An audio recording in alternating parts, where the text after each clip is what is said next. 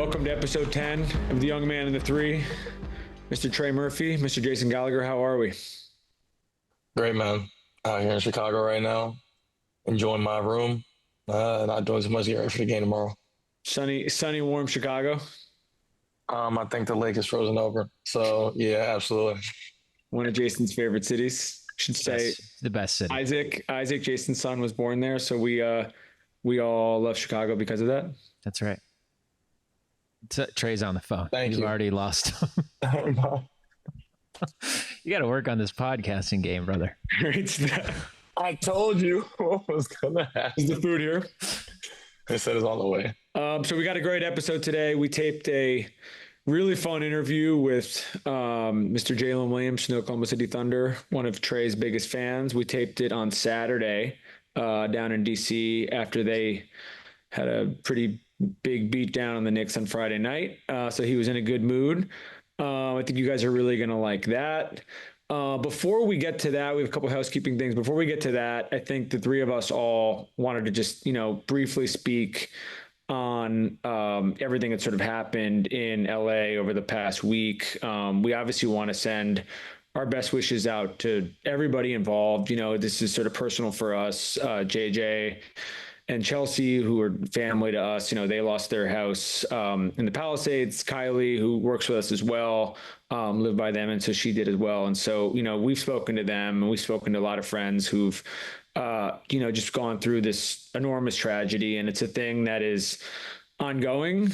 And I think that one of the things we're just going to try to do as a show and as individuals and everything like that is just support wherever we can through the different GoFundMes and organizations that are popping up all over the place. Los Angeles is a place that Jason and I have both lived. Trey has spent summers there.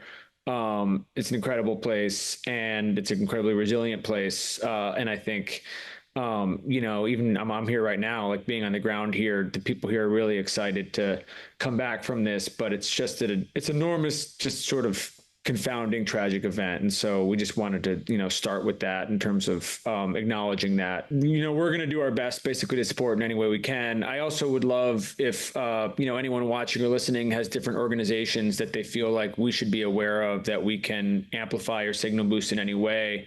The GoFundMe stuff we've found in the past has been a really effective way to help people. And so that's just going to be a growing curve for the three of us. And I think for our whole organization to just try to support however we can. But again, I think we just wanted to acknowledge that up front before we get into the episode. Yeah. I mean, shout out everyone in LA. I mean, part of, the sadness sort of, you can see just so much strength and resilience. It's been wild. And just on a personal note, every time I went to Brooklyn, I always, would stay with JJ and Chelsea and the kids, and their house was always so warm and welcoming. And it's really sad. You think about the kids, and it's, our hearts are with them, and our thoughts and prayers and everything like that. So shout out LA. We love you. Yeah. If I could add also to just, hearing JJ's press conference, talking about all the stuff that happened, there's so many people that are just insensitive talking about oh, you're rich, you'll be okay. But it's just like little things like you said, the kids had a drawing that they made from school, years ago, and it's just burnt. And, it's just little memories like that you have that, it's just gone. And, your heart goes out to the Palisades community as well as, the rest of the LA that was affected by the fires, because, you just have no control. And especially as somebody who just bought a new house, if I had bought a house out there and, the next day is up in flames, I don't know where my mind state would be at. So I, just my heart goes out for those families, and I'm praying for all of them as well. So it's definitely tragic. Well said. Before we get to Dub, I think the three of us, we wanted to just take a chance to sort of look around the league for a second and just highlight one thing from the last week, that we really liked and that we really, wanted to sort of talk about. Trey, I know you had an all-star push for somebody. You didn't give us a hint on who it was going to be. So how about you take the start? I'm going to say Tyler Herro. That is going to be my all-star push right there. With all that's been going on with their team, you know, within like off the court, on the court, they still maintained, a pretty good record. They're 20-19 right now as we're recording. And Tyler has been, one of the main reasons for why that is the case. He's had a career high in field goal percentage, 3-point percentage. He's also taking 10 threes a game. I mean, it's like 9.6, that's 10 threes a game. We're just going to round up. And he's been playmaking, facilitating. Also, I think the biggest thing this year is he's changed his shot profile. He's got to the rim a lot and shot a lot of threes. He's cut out a good portion of mid-range shots because he understands, it's just not exactly what is great for his team. And, I think that has really helped him with the efficiency standpoint. I mean, obviously, even when we played them, like he always just played like super under control, and he just, he was in control of the game. And I would say, especially because they are in the, middle of the pack of the East, and he's having a really good year, he's averaging 24 a game right now, 5 rebounds, 5 assists. I would put him in the All-Star game, make it his first All-Star appearance. I have a question, Trey. You and Tyler share a trainer, all our friend, Mr. Drew Hanlon, who will be appearing on the show occasionally, will appear in our text threads, shitting on Trey, even after Trey scores 35, saying very nasty things. You and Tyler share working with Drew. How many times has Tyler cooked you during the summer when you guys have worked out? Not once, because we didn't play one-on-one. So I wasn't allowed to do contact, but we did have one workout. I will say we had one workout where he was working out, I was starting up, and Drew had me shooting against him. And I was cold. I didn't, whatever. We don't need to speak about all this, like what happened during the workout, but he shot the ball well. And, I'm just glad I was able to raise his level of focus in the workout in order for him to really perform. But no, he's not cooked me. So no, we're not gonna put out any false rumors now. I like that you had to clarify that because you weren't allowed to work out this summer because you hadn't signed your contract. So I wasn't allowed to play contact. I was not allowed to do contact. Let's make sure we say that. That's just as an acknowledgement. All right, Jason, what's your thing? Well, I'm going to stay on the All-Star train, and it's far less detailed than Mr. Trey Murphy because he's a sicko, and I'm just a casual fan out there in these streets. But I do want to say, less so this week or anything like that, I really think that Norm Powell's been awesome this year. And I don't think he got some love on the Jeff Teague pod. And I just feel like, he probably won't make the All-Star game, but he has kept I would love it, but it's competitive it's competitive in the guard race, and it wouldn't shock me if he was left off, is all I'm saying. But that doesn't take away from what he's done this year for the Clippers. I think one of the biggest things for me is I live in Oklahoma City, and I remember at the beginning of the season, everyone was talking about how there's a chance OKC could get Cooper Flagg because the Clippers are going to be a lottery team and OKC has a pick swap with them. And no, Norm Powell said, no, that's not happening. And what he's been able to do to sort of keep them in sort of a competitive place in the West with Kawhi out is pretty awesome. So shout out Norm Powell. I have an all-star question for you guys, and we'll do more of that stuff as the voting closes on the 20th, as the teams get picked and everything like that. Do you think the team should be bigger? Yeah. That's been that was a big JJ thing, is expand it to a normal NBA roster. Because there's going to be a snubs this year. There's going to be a few, especially in the West. There's going to be a few snubs where it's like undoubtedly. How many is it a team again? I think it's 10. I think it's 10, and JJ's always been he's a big vocal proponent for expanding the roster to 12. Well, yeah. I could see 12. Yeah, I could definitely see 12. I think the biggest thing is tough because, the All-Star game used to be a real game. So if you have, a large amount, if you have 12 guys, it's just weird, playing, but also you want to give recognition to guys that are having phenomenal seasons. like I said, like you said before, Norman Powell might not be able to make it just based off of, it's just fresh, new, and like he's playing really well, but he might get snubbed, which he should not be. Like for sure, he should be an all-star, especially in my opinion. I played against him. He is an all-star, especially this year. He's been playing at all-star level. And so, Yeah.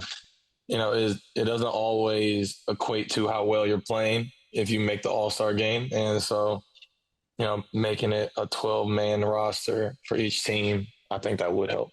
Yeah. So remember, they changed this year. It's 3 teams, 24 selections. There's 3 teams, 24 selections in the game. But like you look at the forward position in the West in particular, and we've done, we did Jalen obviously for this week's episode. We have another one with some of the guys from the Grizzlies who will, are sort of on this boat, who I think will, hopefully make the team as well, that we're going to put out later in the week. There's going to be people in the West that are left out. There are going to be guards and in the West that have done everything they can do to sort of put together all-star seasons and are not going to make it. So, I mean, I guess it is what it is, but it is, it's just it's a bummer. Yeah. What's your thing? Yeah, I think my thing is Andrew Nembhard, who's not going to be an all-star. But the Pacers are 13-3 in his last 16 games when he plays. We're taping this Monday night. They beat the Cavs last night. Ty hurt his hamstring. So he didn't play the second half, and they beat the Cavs on the road. Nembhard sort of took them home. I saw this crazy stat. He's second in team net rating on and off, only behind Jokic in the whole NBA. And I don't think it's a coincidence that they've turned around. They struggled, to sort of start the year, and they've turned around a lot since he's come back, because he just D's up. And is not a guy that needs to, look for a shot all the time, but when they need him, he sort of delivers on it. And so I just feel like he's one of those guys, and Trey has a few teammates like this as well, who maybe don't get enough love, but has just delivered, for the last couple of seasons. He's just been a gamer for them. And so I think Pacers are now, they're up to 5th in the East, and I think he's a big reason why. I love it. I cannot argue with that. I like Andrew Nembhard's game. Played against him in college. They beat the hell out of us in Gonzaga, so I will not have anything bad to say about him. So Jalen, the episode went about 55 minutes. We touch on everything from his background to the Bark to his current team and the sort of record-setting pace that they've been on. I think one thing, Trey, on your perspective on, he's obviously one of your very close friends. This team is on a crazy pace. You've played them, at sort of all stages of your career, and play-in game. You played them. What have you seen from them as an opponent? That feels different about them this year. It's funny because I've been in the league 4 years now, and I've seen them go from like the bottom of the Western Conference to the absolute top, and so it's crazy just seeing how much they've grown as a team, and also like the amount of guys that have like stayed there, but also have left as well. And one thing that never changed was that no matter how much you were up by, they were going to find a way to come back. They never gave up. Like my rookie year, there was so many, like literally every single time we played them, we would get up 20, 25. And then by the fourth quarter, it's a 2-possession game, 1-possession game. And that was just one thing I noticed about them. I was like, they're just dogs. Like they do not give up at all. Really well coached team. And I think it was my second year. I think it was my second year we played them during the regular season. And I just noticed, like, that was when teams started face guarding me, especially when Z was out. Teams started face guarding me at that time, but OKC was the first teams that didn't face guard me. And I was like, I'm about to just tee off threes now. But they closed out like, they were really good defensively. And I was like, they're just like a rim protector away from being like a really, really good defensive team. And then they got Chet healthy, and then also Hart. And so now it's just like they're one of the more elite. They are actually one of the most elite teams defensively, like in the past recent history. So not gonna say I called it, but I saw it pretty early. So let me ask you this, Trey. They're right now, it's in January 10th or whatever today is. They have the second best net rating in NBA history behind the 96 Bulls. Chet has been out since mid-November. Caruso's playing tonight, but he's missed a lot of time. Obviously, he's going to be on this show when he gets back healthy. What do you think this team looks like? Chet is your guy. What does this team look like healthy? Because we have not seen him and Hartenstein play together. We haven't seen this whole group even really close to playing together, and they are doing this, without these guys. That's the thing that I've, touched on before, like with my rookie year team, like we just have so much lineup flexibility. And that's what it boils down to in the playoffs, because each team is so different and it's going to require different matchups. So like OKC, if they end up playing like a Denver where they might need two bigs, they'll have probably Chet roaming and then iHeart on Jokic. And then if they play a team like Golden State, they can go really small and have Dort at the 5, or even still have Chet at the 5. Like it just has so much flexibility with their roster and so many different guys they can throw out at teams. And so I think that's where you really see them flourish, is when they're able to put out all these different lineups and have an answer for every team. Yeah, not to spoil the interview, but Dub talks about his center experience a little bit, and it's sort of a perfect example of this. And it's like you throw him in there, he may not play center for a minute in the playoffs, what we're talking about, but you throw him in there and they don't miss a beat. What's funny is select camp my first year. This was like right after that picture came out of him on his story, and he just looked like he was massive, like it was a Photoshop picture. And they had him playing the 4, and he was complaining the entire time. He was like, "Bro, I'm not a 4." I said, "You want to post that picture? You looking like the Hulk and shit. You have to play the 4." And I remember he had got a dunk, and then like, I know a big man, they like swing their legs up and stuff like that when he get dunked. I was like, "Yeah, big man," and it was one of the funny moments. But it's funny now to see him actually playing a 5. I think we played them one of their first games when Hart was hurt and then Chet was hurt, and that's when he was playing a 5. I said, "I see you back at a 5." And he said, "Yeah, history repeats itself." So yeah, you can't get away from it. No, can't run. Jason, you got anything else? That's all I got. I do have one housekeeping thing. During the Jalen interview, there was a slightly loose XLR cable. Doesn't really impact the interview, but if you work in production, you might notice it. So that's it. FYI, Trey, in case you spot it. I was not on site. I don't want to take the blame here. So we have one more episode coming out later this week with some of the guys from the Memphis Grizzlies. Yep.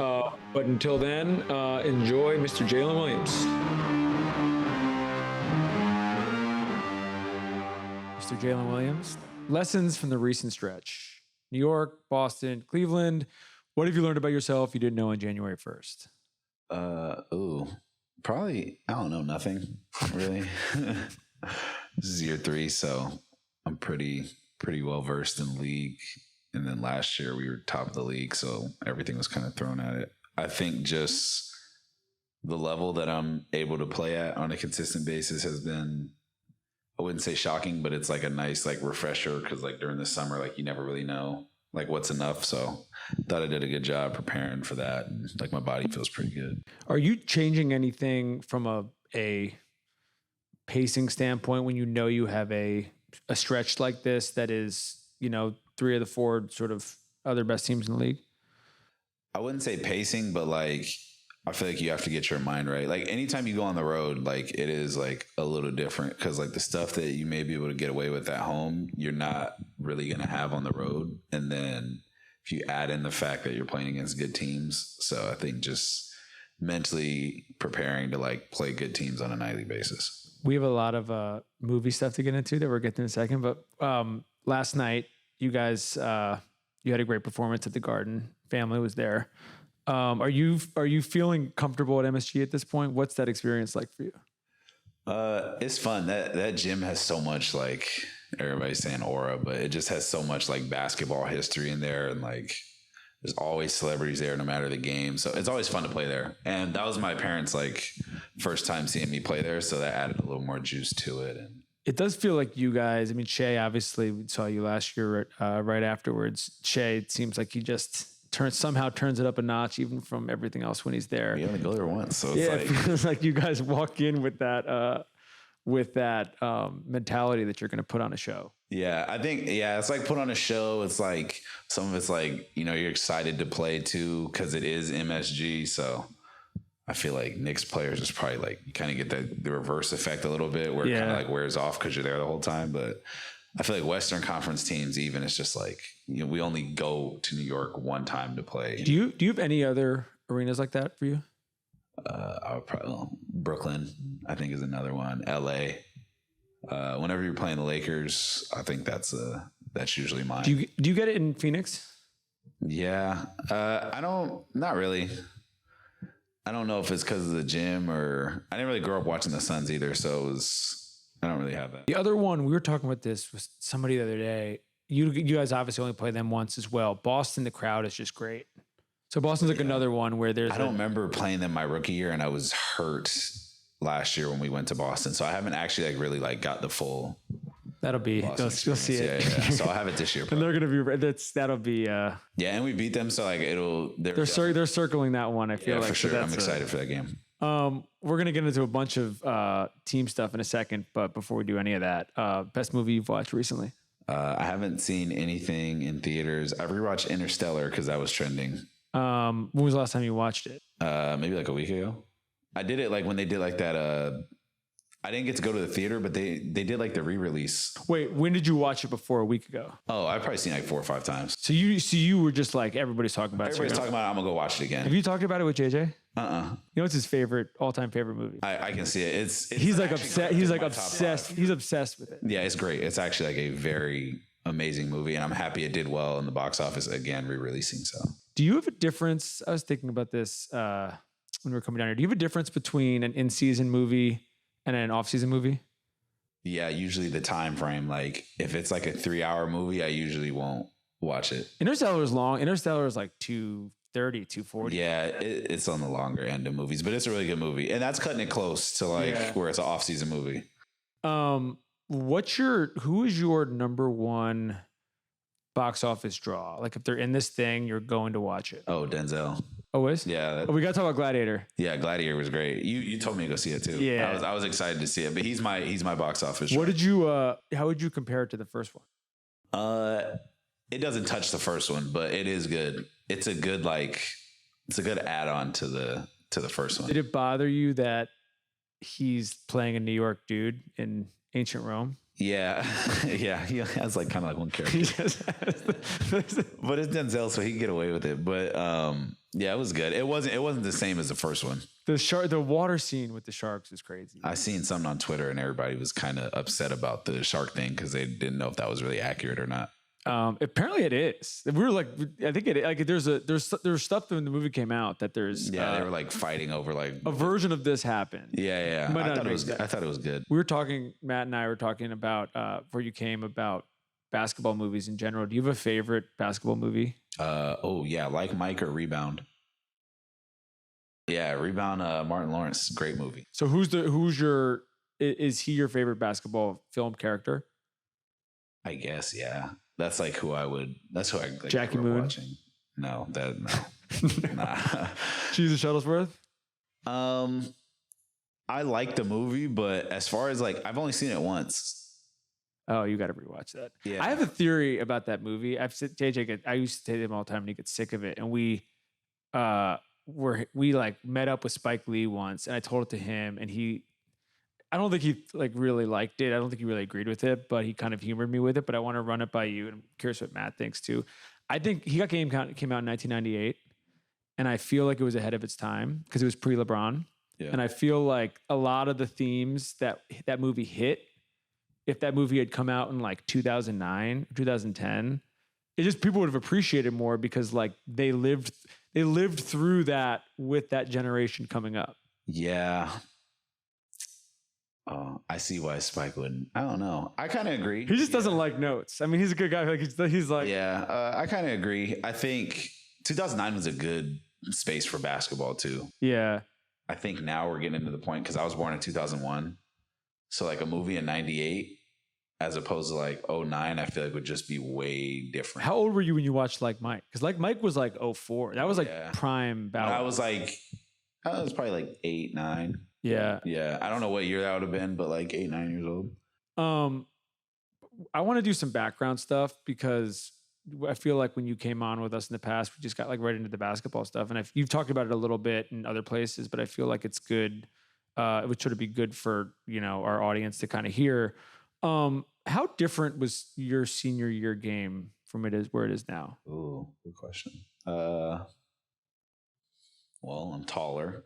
Yeah, I was 5'6". I was like 6'2", 6'3" when I left senior year. And like, I had that thing where like my knees hurt, so I wasn't really fast. And I was really like a point guard. Like I just kind of set the table, knock down open shots. Like I didn't have a lot of like athleticism and like flash to my game. But then when I grew, and then like up until now, like I'm like two totally different ends of the spectrum. So do you think that sort of the growth and then your ability to basically, because you had to play a different way because you weren't tall, has sort of helped you in terms of where you, not even just where you are now, obviously, but just even when you got to school? Yeah. I had to like think the game the whole time. Yeah. Growing up, because I was shorter. So I didn't have like where you can get away with stuff for being athletic. And then when I was athletic, I still had all the stuff that I had accumulated from when I was shorter and slower and all that. So then when I got taller and more athletic, the game got easier and it slowed down. And then now I feel like I'm seeing like the benefit of it. Yeah, and like, you just kind of kept everything. You kept the handle. You kept everything. It's like, how like some kids grow really early and then like they end up being like 6'5", but their whole life they were a big. Yeah. And then like when they have to be like a wing, they have like a hard transition. It was kind of like that. Like I was short for so long that when I got to learn how to do other stuff, it was way easier. The only other guy, your games are very different, but the only other guy that I know a similar thing happened with was AD. Yeah. Because he grew he like sprouted up. He had a better growth spurt, so shout out him. How similar was Cody's? Complete opposite. He was just tall. Yeah, and Cody got blessed. Cody got tall and kept all the guard skills. So he's I don't know how genetics work, but he grew pretty like smooth too. Like it was like all kind of at once, and like he didn't have any like catch up. It was like one year I went to college and he was shorter than me, and then the next summer he was like sending me a video of him doing an East Bay with his left hand, and I was like, I can't do that now. Life's not fair, man. So he didn't have like the same thing. At Santa Clara, besides the growth, the physical growth, what do you feel like, just like looking back on that experience now, what were the sort of the important points that allowed your game to grow? I would definitely say coaching and environment. I think the coaches allowed me to like, kind of like how it is now, like they kind of just allowed me to like mess up, do my thing, figure it out. And like, I just start there by just playing defense to get on the court. So like I had values where I had to like learn how to like do other stuff on the floor. Like I had to cut and play D, and then they let me that kind of like grow into a role. So I had to learn like all the little fine points of basketball. And then I get to a point where like I can kind of just test drive stuff my junior year and go to the league. Do you feel like I do think you've talked about this with us before. I know you've talked about in other places. Looking back now at your recruitment or lack thereof from other places, I'm sure at the time that was a bit of a, chip, a bit of a fuel for you. Do you feel like everything is a blessing in disguise in certain ways? Do you feel like you still have that kind of fuel, or now you're at a point where it's like that was, a moment in time and you're kind of past it? It's a little bit of both, because like when I think about it, I do get a little annoyed. It's just interesting. It just is like, it's like the Hooper complex. Like, I feel like everybody has some type of, I talked about it with Trey. Like, I feel like he has similar things. Trey has like, a lot of this. You can get like far removed from it, but like every once in a while I'll think about it and I'll be like, that probably is why I feel this way still. So, and I feel like when no matter what spot you get into or ascend to, like there's going to be something that triggers that feeling from when I was younger and got overlooked. And then now it'll be something else that I feel. And what's amazing about it is this, for the last, 15, 20 years in the NBA, it feels like it's been a constant theme with a lot of the best players. Mm. Kawhi was like it. PG was like it. even Tyrese was like it to a certain extent. More recently, where you have these guys who just were not they didn't get looks, and they develop at their own sort of speed, and it allowed them Ja was like it. Yeah. It allowed them to kind of sneak up on people. But I also feel like the motivation you're talking about, you got to have that fire. Yeah. I think that's where it stems from. And like I said, it's like one of those things, like something else will trigger it. So it may not be from, I don't really think now like, oh, in high school, I didn't have any stars. It's like now it's like whatever the NBA will make me feel, like it'll be something that triggers that same feeling, but something totally different. Draft night. How long did it take you to see the other Jalen Williams reaction to your pick? Probably like, honestly, the first time I seen it, it was probably like right when we got to OKC. So like maybe like 2 days after. Me and Us thought we got traded for each other in the back. So that actually made it a little more chaotic. And then for anybody that's been drafted or been a part of the draft, it's such a blur. Like I think I ended up turning my phone off, but the reaction was hilarious. Well, his reaction was, and your reaction was great too. Your reaction was, we talked about that. I saw you in New York right before Cody got picked. Mm-hmm. And he was kind of like, I feel like he was prepping what he was going to do. Yeah. How much was yours choreographed? Like how much was in the moment versus like you knew how you were going to do this? Oh, it was all in the moment there. And I don't remember it. Like it's all a blur, but his was more choreographed. Yours was great. I had no idea where I was going. Smooth. Yeah. He kind of had an idea of where he was going, and like, he could like navigate through. His mind was like pure, like, oh, like that's my name. Like I still didn't know. I didn't know until I heard it. So there's been a lot, I think since your rookie year, there's been a lot written about how the team wanted to get you, and they sort of went out of their way to make sure they got you and Chet in the same night. Did you feel like this at the time? Could you feel this happening, or was this something where, they may have been doing this behind the scenes, but you were not clued in on that process? I told Bill, my agent, don't tell me anything about the draft and just let me rock out. And for everybody, I told you a story about like Mark and our workout. So I did not think OKC was going to pick me out of all the teams. Like I just like went toe to toe with the head coach during like a workout. So I didn't really think about OKC as like an option, but I think Bill and them knew. Like, I just asked them not to tell me anything about the draft except where I'm going. Are you sort of, when you have big decisions and sort of moments in your life, is that how you generally like to handle it? It's just be like, just when it gets there, when it comes, like, then we can address it. And then obviously there's some moments where like you do have to have a little more preparation, but when it's like stuff that's like in the air still, and like a lot of stuff can still happen, I usually am just like, when it gets that moment, I'll let you guys like damage control and figure it out from there. Figure it out from there rather than like plan and then you don't know. Have you and Mark addressed that? Yeah, a little bit. We did my rookie year, and then honestly, we've addressed it a couple times. I think it's funny. It helps our relationship now too, though, because like I feel like we still kind of have that same thing. The same energy. He knows how to get under my skin to like have me play harder. So going into fall 22, when you start getting around the guys, when did it become clear the level of competitiveness that everybody had? Bro, Baze, shout out Darius Baisley.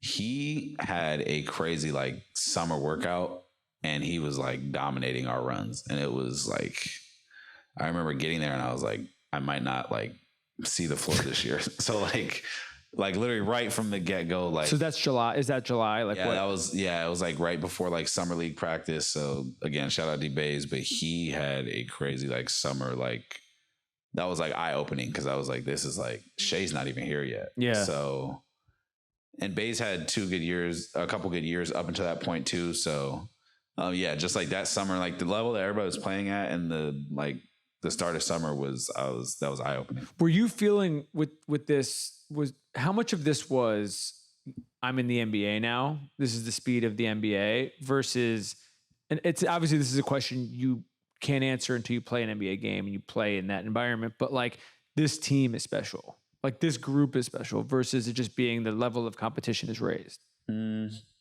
I think there's two different types of special for like our team. Like one was like how well we got along early on, which I thought was cool. So that really didn't have anything to do with basketball, but I was just like, I don't think this is normal for everybody else around the league. Yeah. Like we all went to LA to play, like pick up and do that whole thing. And that was way more AAU vibe than I thought it was going to be. And then like just as the season went on, I realized that we were all getting so close and we were having a better year than we did the year before. I thought like something special kind of crack off. So the camaraderie thing is really interesting. And I think that now everybody knows it, but I feel like when you guys were coming up, it was probably a thing that just people around you guys would understand. Like how long did it really start to feel like, okay, this is click, like this is family? And then also, like you just mentioned it, but like, this is very unique in professional sports and understanding that right away. And this is your first team you've been on, but this is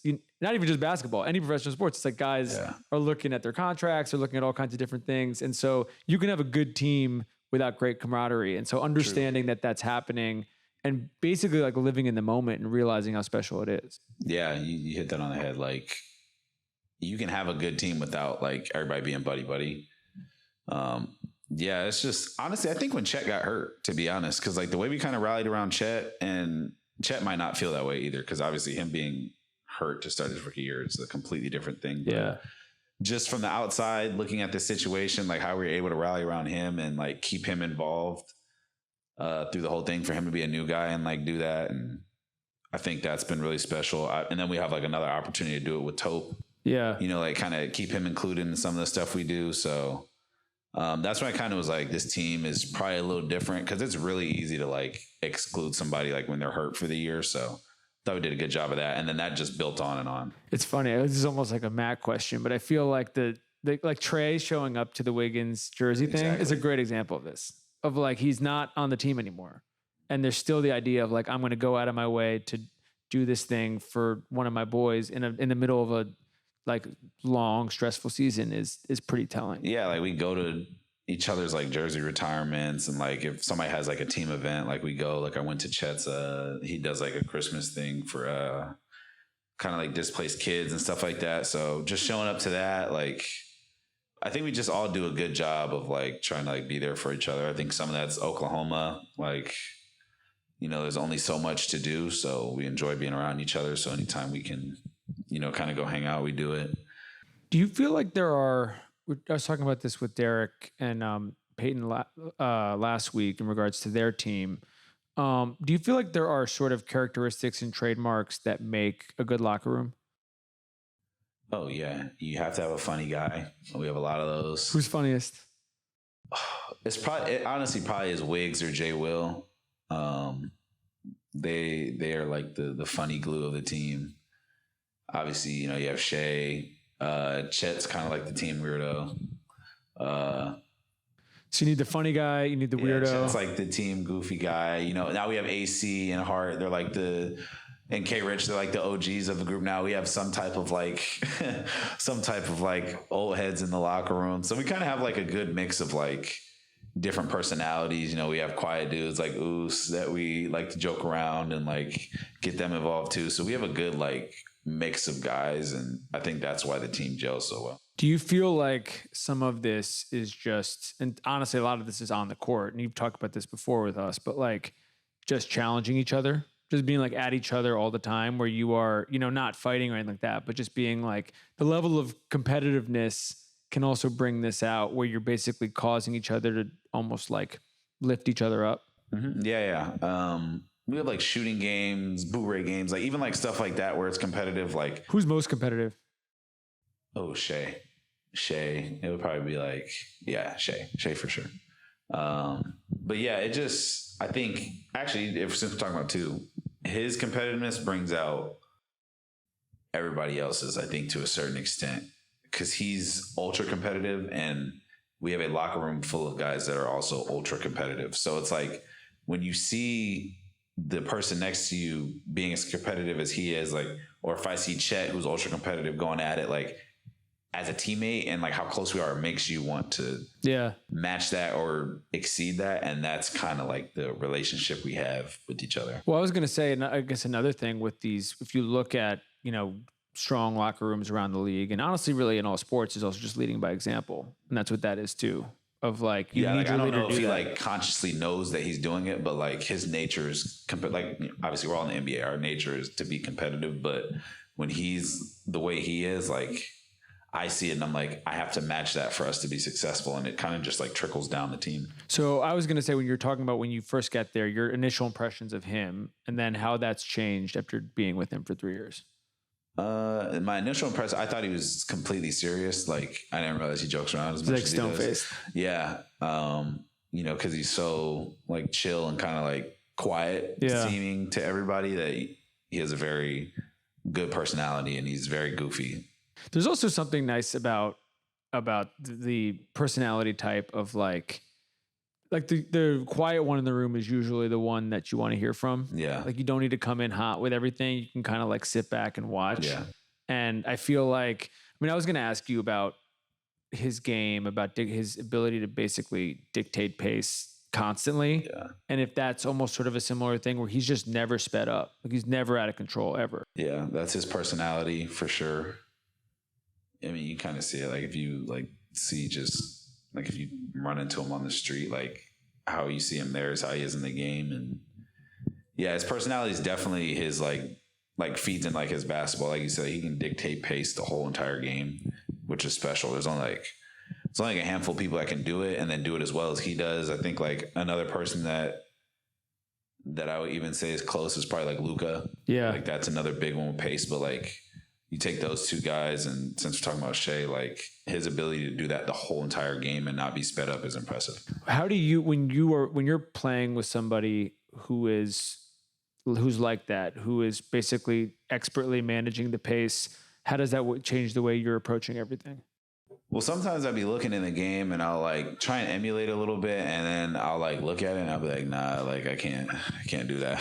So there is like a little like taking some of that with a grain of salt and just being like, that's just something that he's really good at. Yeah. But it does make you more aware of like the different levels of basketball that you can get on. So I feel like it's like motivating in a way to like see what he's able to do on the court and then like kind of be like, okay, like I can figure out my game to a certain extent and do that. Well, I feel like when you're naming the different like types of dudes you need, it's like you need the cool guy, which I think he is.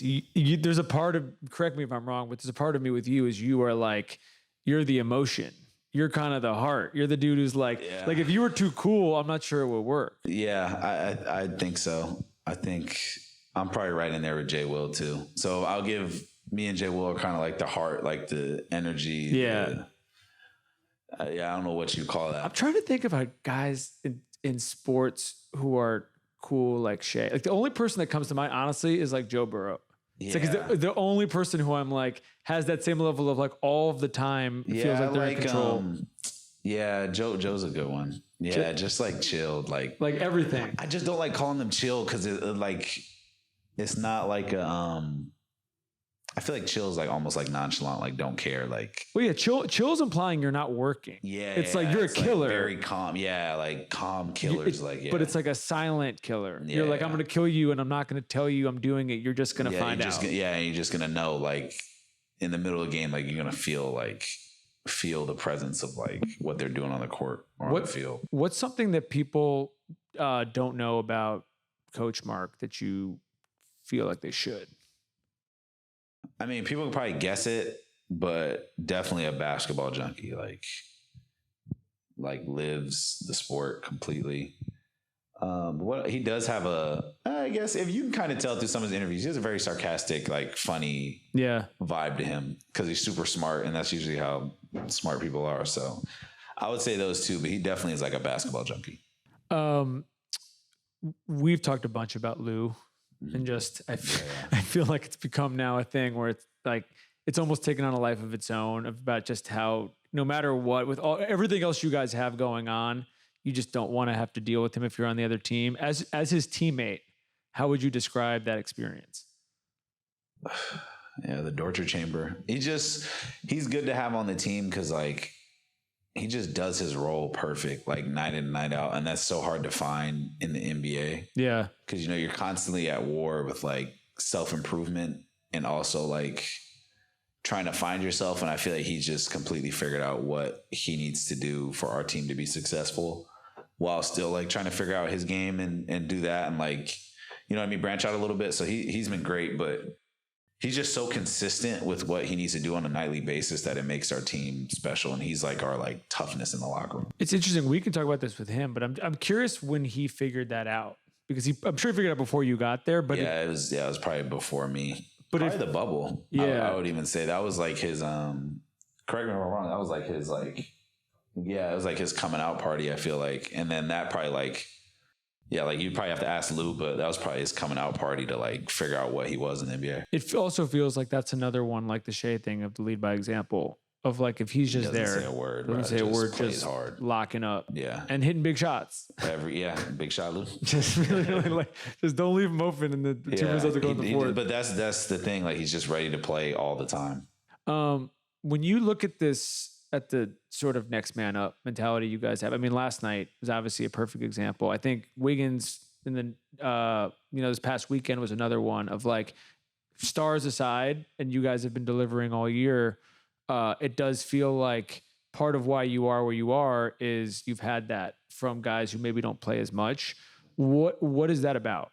Well, basketball is a team sport. So, you can only go as far as, the other people playing the game. And I think it's just our team is just so cohesive with each other. And it sounds like I'm just like giving like a media answer over. It was you could see it though. I mean, that's the thing, we're just is having it's like fun. And it's like, I feel like everybody's so confident and like, if you're open, I'm going to throw you the ball because I trust you to make the right play or make the shot, or like, we just have that on the team 1 through 5, whoever's in the game. Yeah. And that is why I think everybody plays so well. Like, you can miss 3 shots in a row, and if you're open on the fourth, I'm going to throw you the ball because you make the shot. Like, you're a good player. Like, we trust you guys to like do that. And I think that's why everybody's having the like level of success. And so some of that, I mean, I think a key word in that, what you just said, is just trust. Mm-hmm. It's just it feels like there's a trust not only with the coaching staff and with the front office and with you guys of like, no matter who's going out there, they're going to deliver in the role that they are sort of asked to deliver.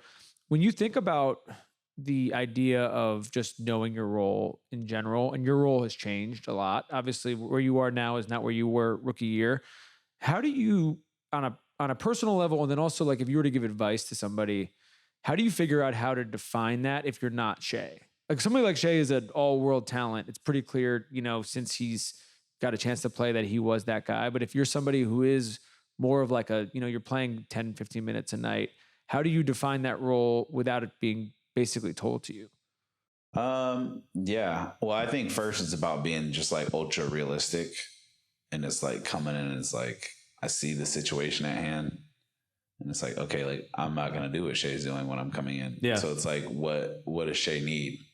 And it may not be anything to do with offense. It's like, if he gets beat on defense, I need to be there. You know what I mean? So like that's kind of how I was looking at it my rookie year. I still look at it that way now. And it's like, that's why I take so much pride in playing defense and like being able to guard 1 through 5 and like rotating correctly. And like, obviously offense is fun, like scoring 20 points a game plus is fun and doing that. But just like when you're able to do the little things, I feel like it just adds to your career. Yeah. And like, we kind of live in like the social media era where like people only really care about like your stats, but like when there are so many good players in the NBA that stay in there for that long because they're able to do like so much little stuff on the floor. Like obviously the obvious one is Draymond. Like he can impact a game and not have a stat. And like, I think that is a very underrated and cool part about basketball. Yeah. I was going to ask you about this, about guys. Everyone's always like, what star did you watch growing up? But like, what guys who excelled in their role did you watch growing up where you look at them and you're being like, if I can do a version of that,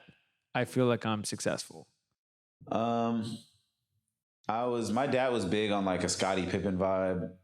So I wouldn't say I wasn't alive while he was like playing yet, but like that's somebody that I would like just look at and be like, that was good. You look at like early Kawhi even to a certain extent. That's somebody I've been just kind of like peeping right now just because like I feel like we're kind of like in the same phase of our career. Talk about consistency too. Yeah, exactly. Just being there the whole time. Like you look at his early Spurs thing, like I feel like we're kind of in the same boat. Yeah. But yeah, I just kind of look at those dudes as like somebody that can just do everything and like be able to do that. Obviously, I was going to say Kobe, but for the sake of our, don't pick Kobe. But yeah, just like I think those two are like kind of like big ones. Speaking of knowing your role, I mean, a guy that obviously, you know, we both love, who you guys have added to the mix this year, is Alex. So I want your favorite Alex story first, but then I wanted to get your sort of perspective on his ability to do that, because he's been doing that since he got to the league, and it's why he's been so successful. He has some good moments. I'm trying to think one that won't get cut from the. Yeah, I was gonna say PG-13. Well, first, AC is just a good vet to have on the team. I think the moment that stands out for me is when he brought the ring into the locker room. I feel like that was that was a very vet thing to do, very old head. How did he do it? Just, you know, try to like nonchalant play it off, walk around with this big rock on his hand, and then, you know, he passed around the locker room. Just like, we just kind of chopped it up about like him winning it, and like ended up being like it started out like as a funny like joke, and then it actually became like, you know, like his journey and just like what he did. And then he was just talking about like our team, and, you know, so he did a good job of that. We have like player meetings and stuff. So it ended up being a really good conversation, but I think that's something that the team, I wouldn't say was missing, but it's great to have added. Just somebody that's won, and somebody that he's still like youthful enough. I'm saying it like he's like 100, but you know, but with you guys too. Yeah. It's like he was winning when they won the championship in LA. What year were you at school? Was that 20? That was the bubble. That was the bubble 2020. Yes, that was 2020. I was a freshman. Yeah. So there's still like a gap between that. So that, but he has like that youthfulness to like be able to like still relate to us, which I think is dope. And that story I think like sticks out to us, because it's like that's something that everybody in the locker room wants. Yeah. It's funny. He said, I'm going to butcher the quotes. I'm not even going to try, but he said to JJ and I once, when he was still in LA, he hadn't gone to Chicago yet, and he was talking about knowing your role. And he was basically just like, there's a version of this where he's like, if you get hired at a Fortune 500 company and you get hired to clean the bathrooms, you clean the bathrooms the best way you can. Like you don't try to go do it and be like, oh, I'm going to be, maybe you will end up being the CEO, but like you have to understand, like you are in this position to do this thing, to do this job, and if you were the best at it, people will recognize it, and then you'll be able to basically do what you want. Yeah, facts. The origin of the bark, because you talked about it in December, but walk us through the actual origin of it, and has it taken on a life of its own? Are you happy with how it's basically been portrayed in the media, everything with it? Yeah, Chet did it in summer league my sophomore year. Or I guess like going into like my sophomore season. Trying to remember what, I don't know why he did that. And just out of nowhere. I think the lady may have said something about being a dog or something, and he like jokingly barked, and then me and Jay Will started doing it mocking Chet, because it's just like weird that he did it. And then I don't know what happened after that, but it just Twitter like ran with it. So where were you guys? So he did it and you started mocking him right away. Yeah, we started doing like in the interview, we like mock him a little bit, or like, you know, I mean, just like trolling him. Like, yeah. Like at the time, like we're not thinking like, oh, we're gonna make the barking. This is gonna pick up. Yeah, you're just busting balls. We're making fun of Chet. When we go back in the locker room, we're making fun of him. He's turning red, so it was fun. And then like Twitter started drawing me and Jay Will as dogs, and just people are barking at us now. And then I don't even know how it got so popular, but then like in the playoffs, people are barking when I'm coming out and then it became cool. Like I thought it was awesome. I still think it's really cool. It's unique to our team, but yeah, I don't know where that like, I don't know how it exploded. It just took on. Well, part of this is like, I mean, this is an obvious statement at this point, but the Thunder fans are elite.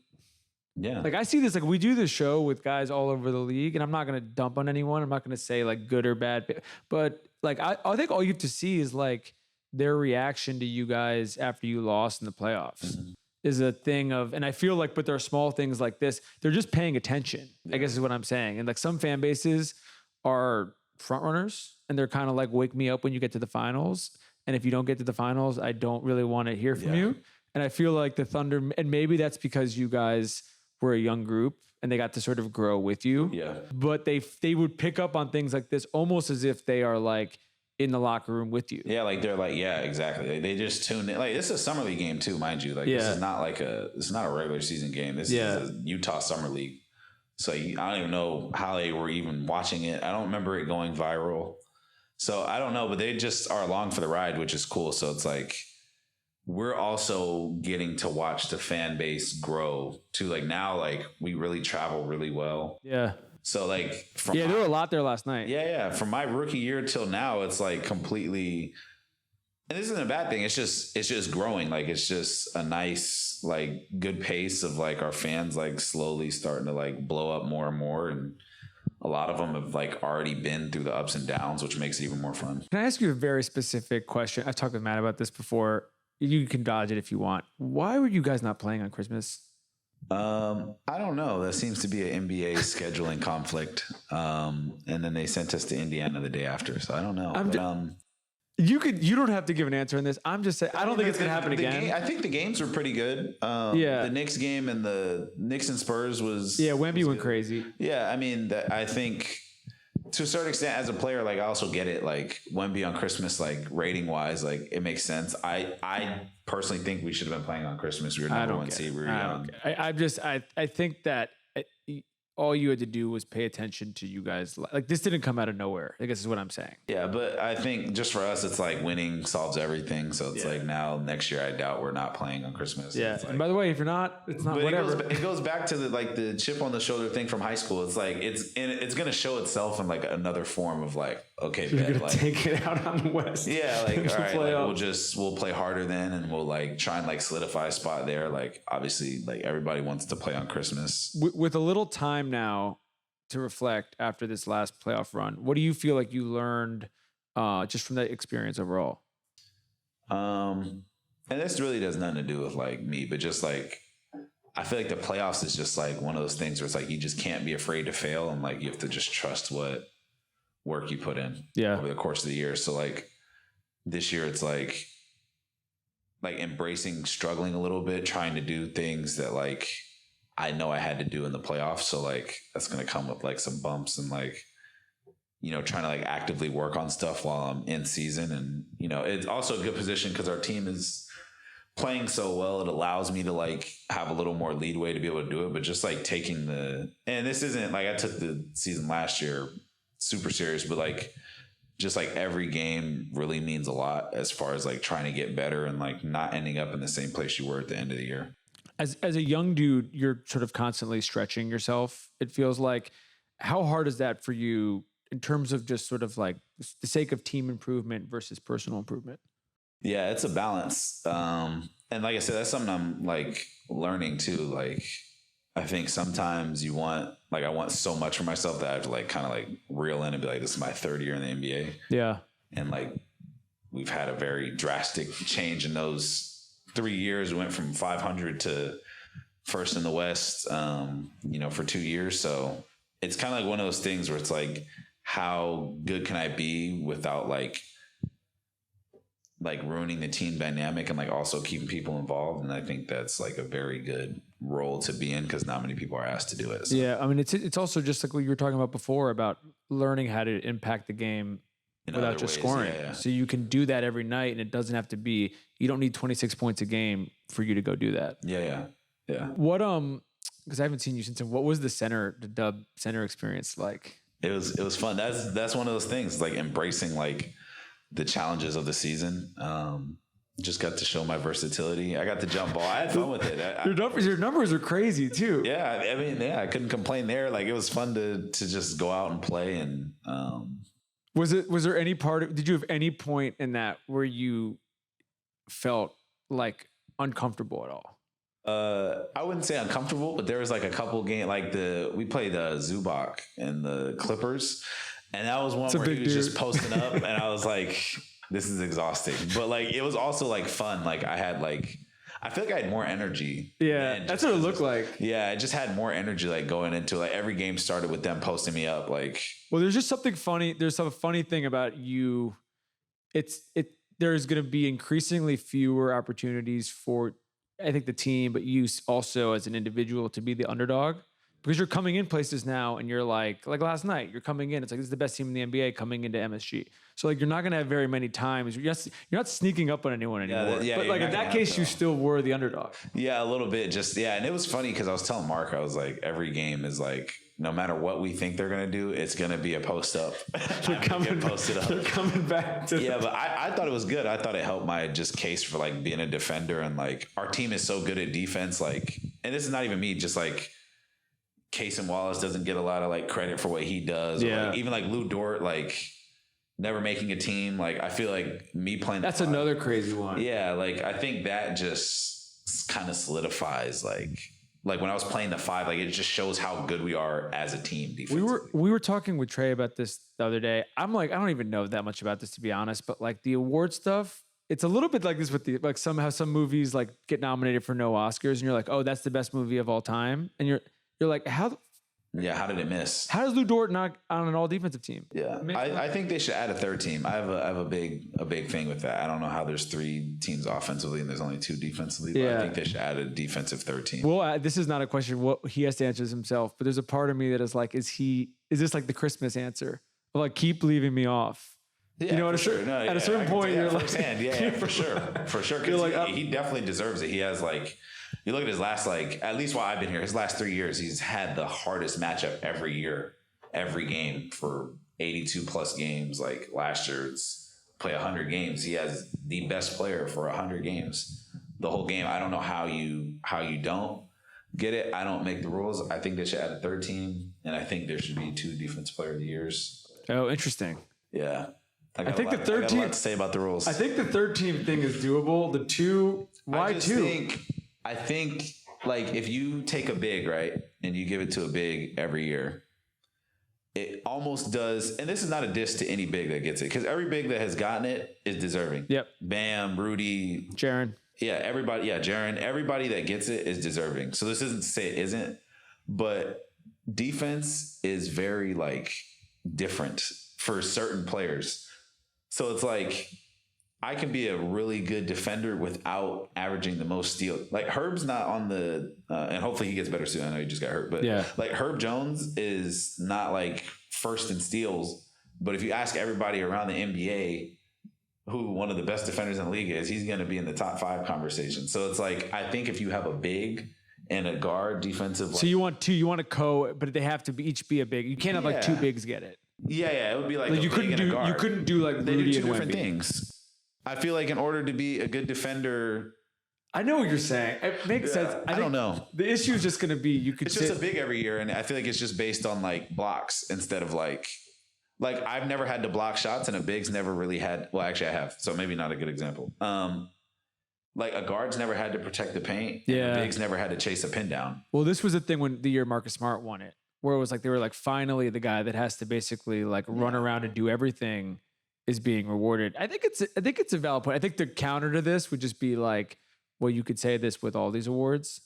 You know what I mean? Probably. But I mean, they should actually look into it for all of them then. But I just think personally it does a disservice to like guards that are constantly in it, and because you have one less team for the defensive team. So it's like if you add another defensive team, then you might as well you don't really have to do the code thing, but it's like, I feel like I like it. I think it makes sense. Yeah. I think this is a thing you could. I think about it often. You could champion this. You actually might be able. If you decide you care enough, and you decide to push it. I really do. We'll see if I make a team this year. That'll what you got. The next time Silver comes to a game, you just got to be like, I need 10 minutes. We chopped it up this summer, and I was pissed because I forgot to bring it up. So now I'm just be in his ear. Did you know before he got here how good at facilitating Isaiah is?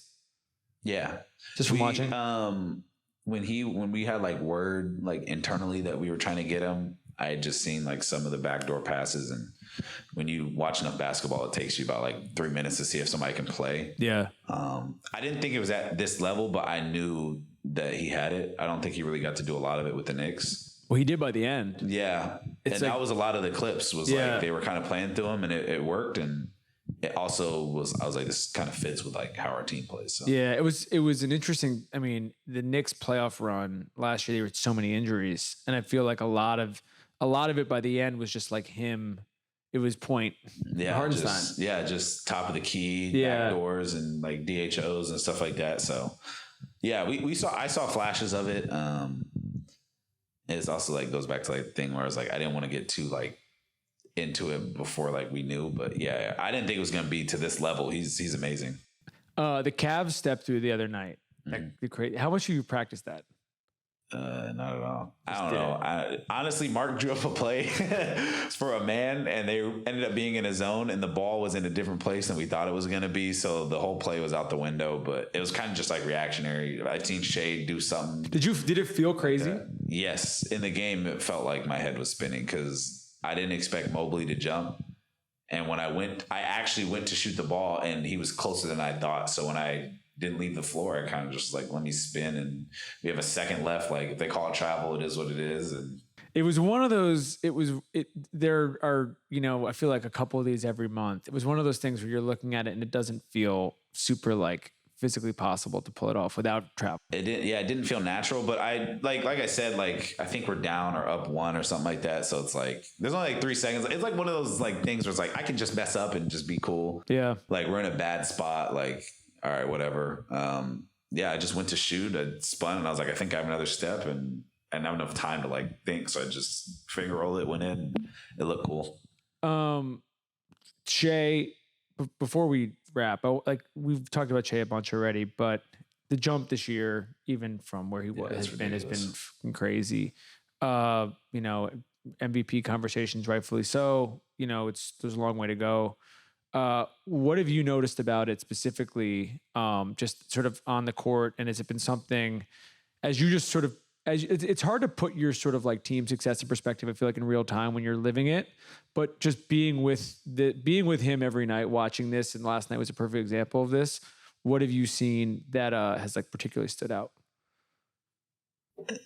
It's loud. It's consistency. It's like to do that on a nightly basis and like to just bring it every night is very, very impressive. I think there's a confidence component to it of like going in and like understanding what he has to do on a nightly basis is impressive. But yeah, just consistency. I think like when you average that, it becomes like, and this is even to like Jokic's point too. It's like when you see it over and over again, you kind of just like read the stats and you kind of forget like how insane that is. Yeah. So it's like for him to do it like on a nightly basis and me see it like up close, which is why I was saying like, I think I said like watch the games or something like that. Like trust your eyes. Like if you really sit down as like an NBA fan and like watch what he's doing on a nightly basis and like how he's getting his points, it's very impressive. Does it feel there's been a few games where it feels like he kind of sneaks up on 30, where it's almost like you don't. Some are loud and some are like, yeah. Honestly, now it's cool because he's kind of broken that threshold of like 40. Yeah. So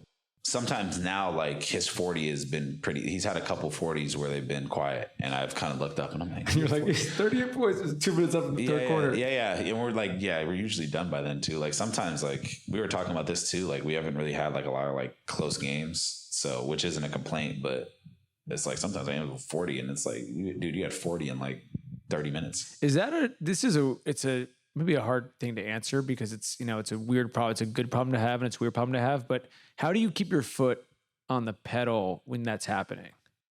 Oh, like when he's scoring? No. When you guys don't have a lot of close games. I think just we're all as a team trying to get better. Like we do a good job of like, and our coaches like, constantly drill us with like just like kind of like throwing out like we're trying to get better every night. So no matter who we're playing or what the score is, like we're trying to like leave these games way better than even a little bit better than like what we went in with. Yeah. So it's more like a personal drive to like just get better, like work on our stuff, like get looks, like even if we're not making shots, like defensively, like be in the right coverages. And that's stuff that we learned from last year where we're like, if we can accelerate our growth as a team and get better in the playoffs, this would be one of the ways. Like in January on a Thursday night where nobody's watching the game, like we still have to show up like we're playing like a game 7. Yep. I think we all want to wrap with this because I want us to get out of here. But your sort of perspective, I think with yourself and then also with Cody, like rookie year to where you are now, what you've learned, but then also like what you share with him, what you share with some of the other younger guys who are not where you are right now, how are you kind of like approaching that perspective on like a macro level? I don't compare my success to anybody else's. I think, you know, you don't want your food to get cold looking at somebody else's plate. So I just barred up right there. Yeah, that was kind of, you kind of just want to focus on like what you're doing. So like, you can't measure your success by what somebody else is doing. I feel like that's how you get lost. Yeah. So that's something I always tell Cody, like, obviously they're having a different year than even I did as a rookie. And like, he's starting to like finally like get into the flow of playing, and he's starting to play well. I think he actually had a pretty good game tonight, but just like constantly trying to like self-improve. Like for all the young guys, like if you're going down to the G, like ask the coaches what they want and like really try and do that. And then when you get minutes or just be a good teammate, like all that stuff like accumulates and matters. And then like, that's how you play a lot of games. So like 82 of them, like you're going to get better by like doing a lot of the little stuff. And that's kind of what I try and harp on Cody with. And like, when he got in the league, I was like, don't try and like emulate my rookie year, because yours is going to be so different from mine.